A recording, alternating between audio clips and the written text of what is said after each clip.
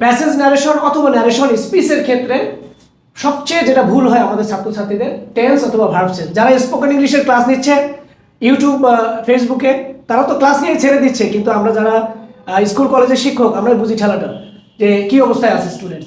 তাহলে direct speech বা indirect স্পিচে যদি ইনভার্টেড কমার ভিতরে সাবজেক্টের পরে ভার্বের প্রেজেন্ট ফর্ম থাকলে এটা হবে সাবজেক্টের পরে ভার্বের পাস্ট ফর্ম, পরবর্তীতে আর ভার্ব চেঞ্জ করবে না।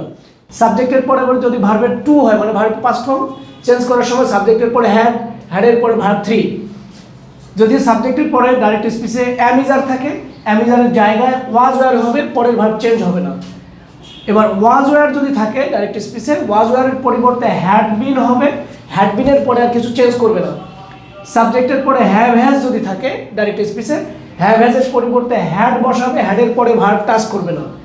এবার ক্যান থাকলে ক্যানের পরে, ক্যানের পরিবর্তে এখানে সাবজেক্টের পরে কুড হবে, কুডের পরে ভার্ব চেঞ্জ করবে না। মে থাকলে এখানে হবে মাইট, মাইটের পরে যে ভার্ব আছে টাচ করবে না। উইল অথবা শ্যাল থাকলে এটা চেঞ্জ হয় উড হবে, এটা সবার ভুল হয়, উড হবে, উডের পরে ভার্ব চেঞ্জ করবে না। সাবজেক্টের পরে যদি মাস্ট থাকে, মাস্টের পরিবর্তে হ্যাড টু লিখবে, হ্যাড টু এর পরে ভার্ব আর চেঞ্জ করবে না।